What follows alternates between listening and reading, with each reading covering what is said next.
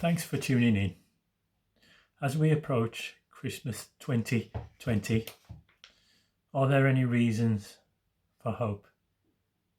Look at 2020. What a year it's been.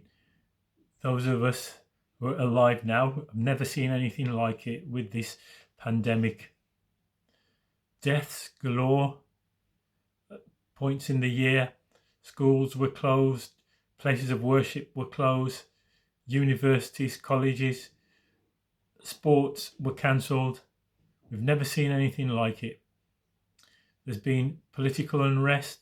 There's been social unrest.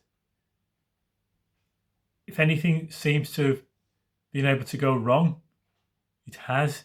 It's like Murphy's Law. If anything can go wrong, it will. 2020, what a year. Death, bad news. But is there any hope? Is there any light? Any good news on the horizon?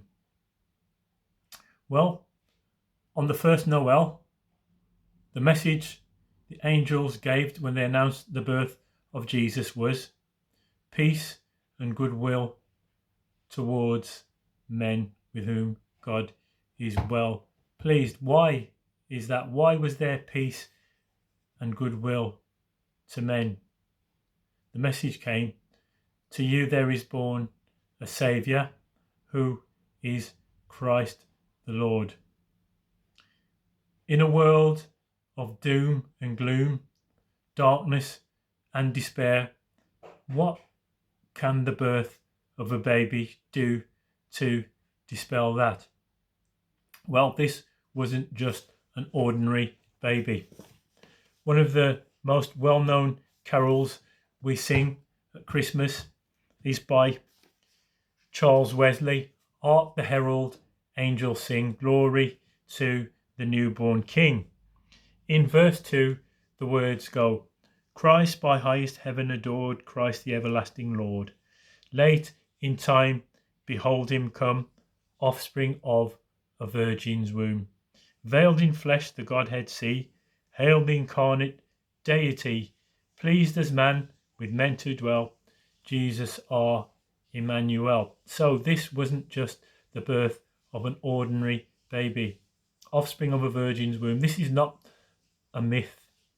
This was foretold or prophesied over 700 years before the events folded by the prophet, Old Testament prophet Isaiah in Isaiah chapter 7 and verse 14.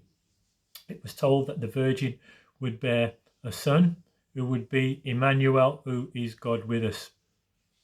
So Jesus is God made manifest in the flesh, as we read in 1 Timothy 3:16.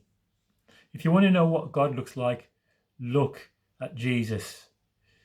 That's what the Bible's message is. God in the flesh was born in Bethlehem that day, who announced good news. Those who walked in darkness have seen a great light, and those who walked amongst the shadow of death, to them a great light has shined. There is hope because of the birth of the Saviour. God isn't indifferent looking on. God isn't uncaring.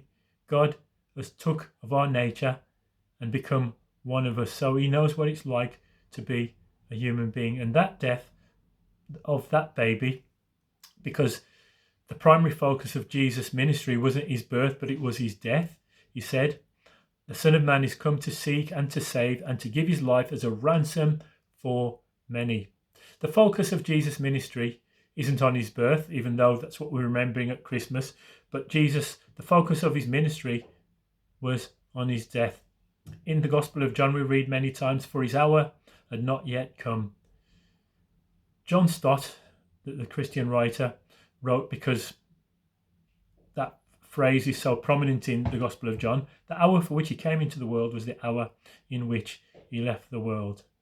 The focus of Jesus' ministry was his death, because his death would bring life, hope, forgiveness, and peace with God. That death made it possible because he paid the price that we owed to God, so that sinners like us can be reconciled to God. We can have peace with heaven, and we can have a a new start, a fresh slate, as it were. And he gives new birth to us because he changes our nature, and he gives us the ability, the power to live lives that are pleasing to God in his sight. So the hope of Christmas is that baby gives life, hope, and forgiveness to all, because his birth into the world led to his death, which reconciled us to God. We don't have to fear death, as it says in Good Christian Men Rejoice in heart and soul and voice. Now we need not fear the grave. Jesus Christ is born to save. The skeptic often says, if somebody came back from dead and told me what it was like, then I'd believe in life after death. After the resurrection, Jesus said, I am he who lives and was dead, and behold, I am alive forevermore and have the keys of death and hell. Jesus was born, Jesus died, but Jesus didn't stay dead. He came back to life 3 days after with the resurrection, which shows that this life isn't the only life that we've got.